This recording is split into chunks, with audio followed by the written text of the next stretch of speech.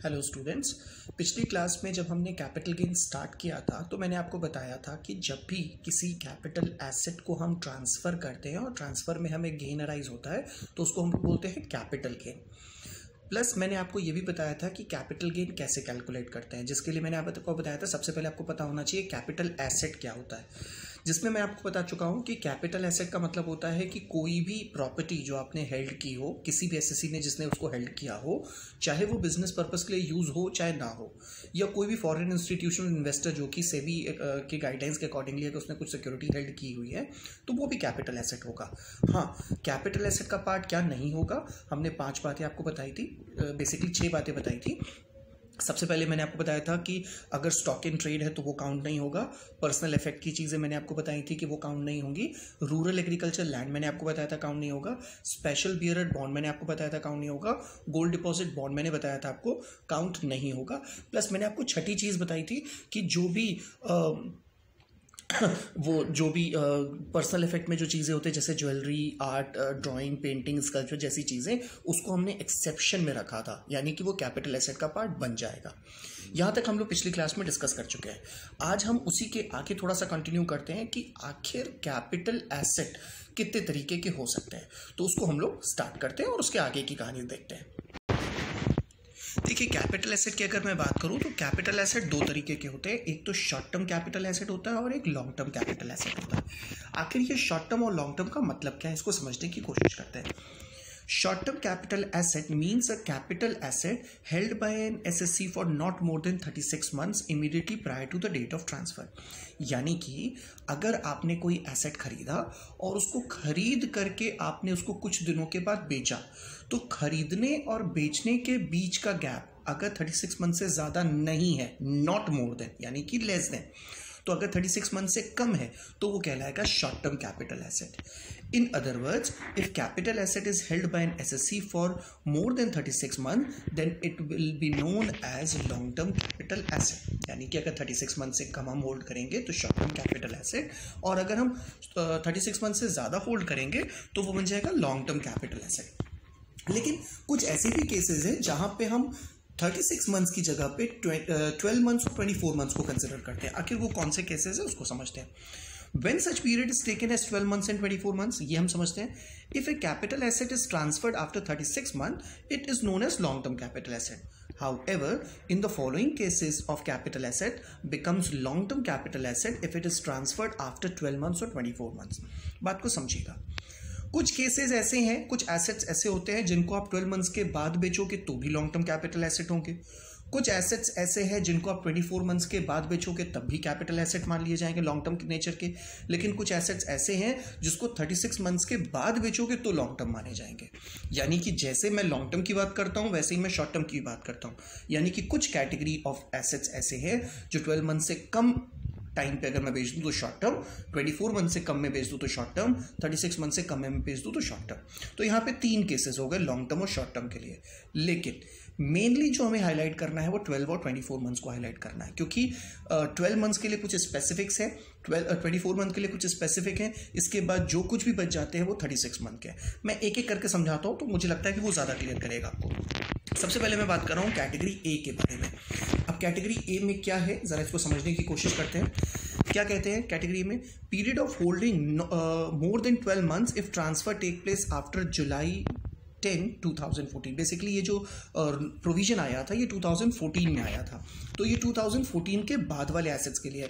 But obviously चीज़ है, अगर हमारे पास कोई क्लाइंट आएगा या कोई भी अगर सिचुएशन होगी तो वो आज की होगी, आज 2020 है, 2019 का होगा, 2018 का आएगा, 2014 से पहले आया होगा, जुलाई 10 2014 से पहले आया होगा तब ये रूल नहीं लगेगा, लेकिन उसके बाद आया होगा तो ये रूल लगाएंगे। क्या लगाएंगे? If you have equity shares or preference shares in a company listed in a recognized stock exchange in India, यानी कि सबसे पहली बात इन्होंने कही इक्विटी या प्रेफरेंस है। तो दूसरा, securities like debenture, bond, government security listed in a recognised stock exchange in India, भाई इक्विटी शेयर्स भी हो गया और अदर सिक्योरिटीज भी हो गई।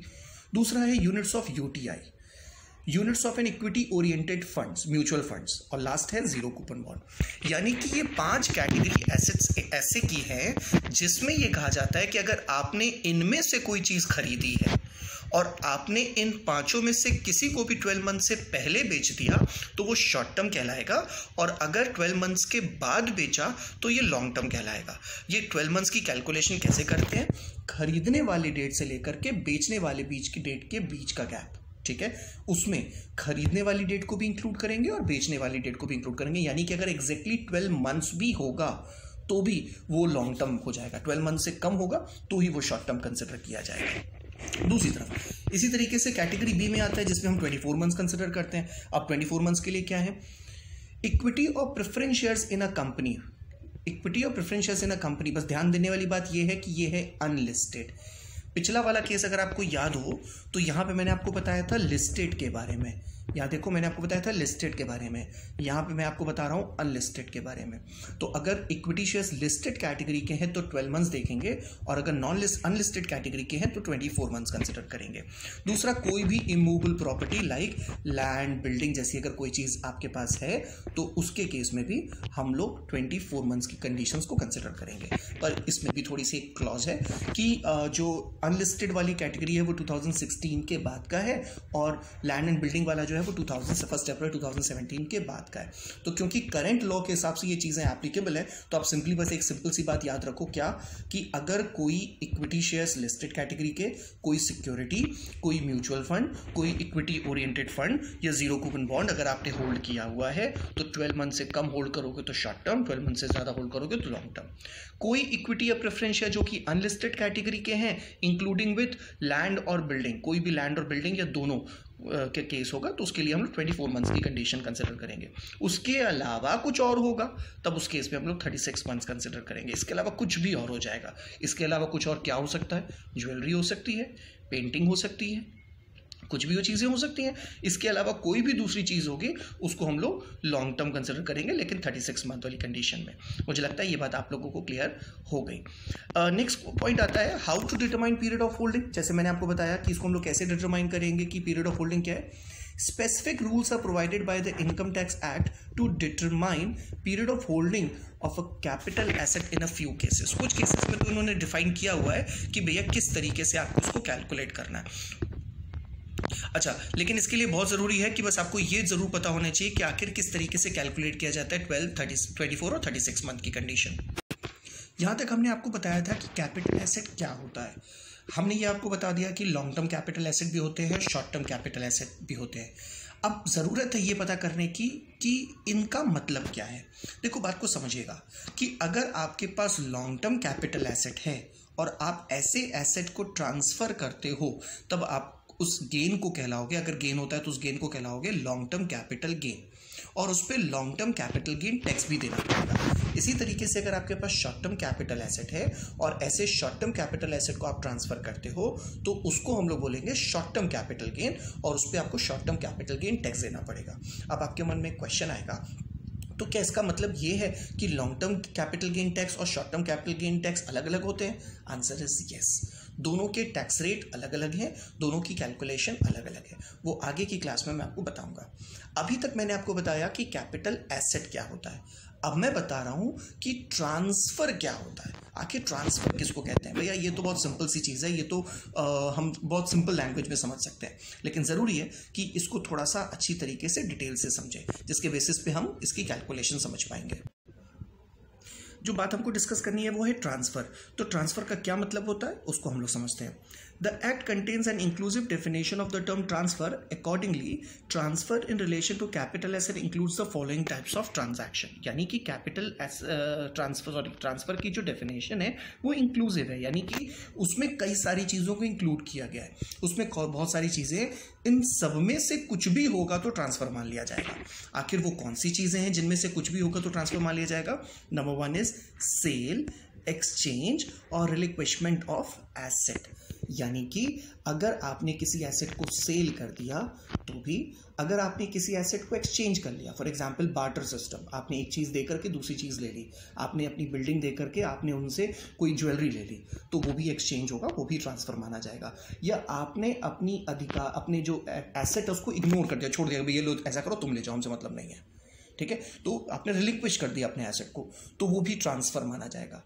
एक होता है extinguishment of any right there in, यानी कि जो अधिकार आपके पास से, जो राइट्स थे आपके, अगर आपने उन अधिकारों को किसी और को हैंड ओवर कर दिया तो भी वो ट्रांसफर माना जाएगा। नेक्स्ट पॉइंट आता है the compulsory acquisition thereof under any law. को ये थोड़ा सा दर्दनाक भी है कि अगर आप कोई प्रॉपर्टी खरीदते हो और इन फ्यूचर अगर उस प्रॉपर्टी को कंपल्सरीली गवर्नमेंट एक्वायर कर लेती है तो आपसे पूछा नहीं जाता, बस आपको इंटीमेट किया जाता है कि this property has been compulsorily acquired by government. Although उसका कंपनसेशन आपको दिया जाता है, बट जो भी वो ट्रांसफ़र होगा उसको भी हम लोग ट्रांसफ़र कंसिडर करेंगे। इसके बाद आता है फोर्थ पॉइंट, उसको समझते हैं। The owner of a capital asset में convert the same into stock in trade of a business carried on by him, such conversion is transfer as such conversion is also treated as transfer. इसका मतलब क्या है? होता क्या है कि जैसे आपको याद होगा जब मैंने कैपिटल एसेट आपको बताया था तो मैंने आपको बताया था कि कैपिटल एसेट को बेचोगे और उस बेचने पर आपको गेन होगा तो वो कैपिटल गेन कहलाएगा, और कैपिटल एसेट की डेफिनेशन में स्टॉक नहीं आता है। तो हो सकता है कि कोई कहे कि नहीं ये तो मेरा बिजनेस है, मैं तो कैपिटल एसेट तो ही ना बेच रहा हूँ, मैं तो ये मेरा बिजनेस कर रहा हूँ। तो ऐसी सिचुएशन में अपने कैपिटल एसेट को उसने अगर स्टॉक में कन्वर्ट कर दिया और स्टॉक में बेच दिया तो ऐसा जो ट्रांसफ़र हुआ इसको भी हम लोग ट्रांसफ़र मानेंगे और इस पर भी हम लोग कैपिटल गेन कैलकुलेट करेंगे। बेसिकली इसको कैसे कैलकुलेट करता है वो बात की बात है, वो हम लोग डिस्कस करेंगे, बट कैपिटल एसेट को अगर मैंने स्टॉक में कन्वर्ट किया तो वो भी हमारा कैपिटल एसेट का पार्ट भी हो जाएगा। नेक्स्ट, द मैच्योरिटी और redemption of A zero coupon bond. अब हुआ क्या, आपने किसी जीरो कूपन बॉन्ड में इन्वेस्टमेंट कर दिया, कोई जीरो कूपन बॉन्ड ले लिया, फॉर एग्जांपल आपने 1 लाख रुपए का जीरो कूपन बॉन्ड ले लिया। अब अगर 1 लाख रुपए का आपने बॉन्ड लिया तो एक पेपर जो है वो आपके लिए कैपिटल एसेट बन गया, वो बॉन्ड, वो सिक्योरिटी आपके लिए कैपिटल एसेट बन गया।